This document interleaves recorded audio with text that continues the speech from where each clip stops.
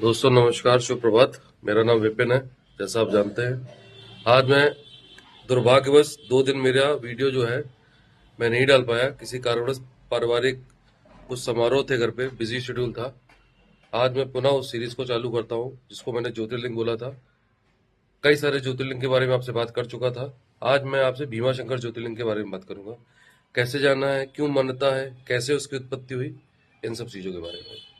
तो भीमा शंकर ज्योतिर्लिंग जो है, आपने कुंभकर्ण का नाम सुना ही होगा। आज भी जो लोग ज्यादा सोते हैं उनको कुंभकर्ण कहते हैं। हमारे घर में भी 1-2 लोग हैं, जैसे मेरा छोटा भाई है। ये तो केवल मैं मजाक के लिए कह रहा था। त्रेता युग में जब भगवान श्री राम जो विष्णु अवतार थे, उन्होंने सबको समाप्त करने के बाद जब रावण का कुछ नहीं बचा, तो रावण के, आपको मालूम होगा, रावण का बहुत शक्तिशाली पुत्र था, वो था मेघनाद, मारा गया। कुंभकर्ण भी मारा गया, रावण खुद मारा गया। कुंभकर्ण की जो पत्नी थी उसका नाम था कर्कटी। उन दोनों से एक बच्चा पैदा हुआ, उसको बोलते थे भीम। जो भीम पैदा हुआ तो भीम को उसकी मां ने बताया कि तुम्हारे जो पिता थे कुंभकर्ण, उनकी जो है मृत्यु का कारण विष्णु थे, जो राम के नाम में अवतार में अवतरित हुए थे। यह सुनकर उसको बड़ा क्रोध आया।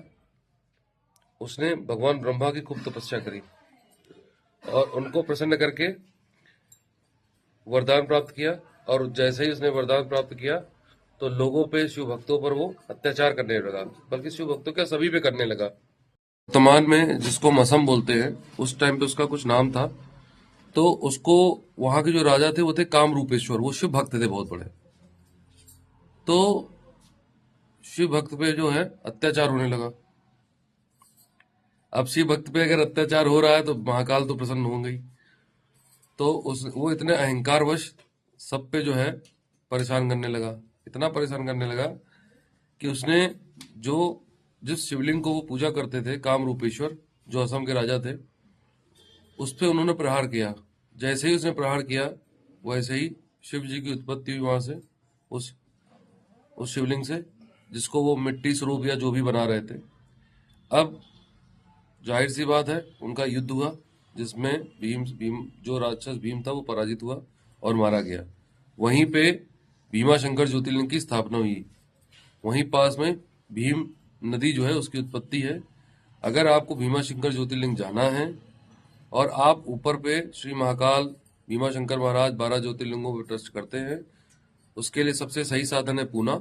आप पूना पहुंचिए। पूना से वाया बस 110 किलोमीटर की यात्रा है। और सबसे बेस्ट सीजन जो होता है, पर्सनल मेरे हिसाब से, वो होता है आपका बरसात का दिन। बारिश होती है, बहुत अच्छा है, क्योंकि पूरा जो है वो पत्थरों से काट की जगह बनी हुई है। और वहां पे वो स्वयंभू है, कोई हाथ से किसी को नहीं बनाया गया है। तो आप जाइए और आप उन पे अगर आस्था रखते हैं तो वहां से आपके सारे मनोरथ सिद्ध होते हैं। जय श्री भीमा शंकर महाराज।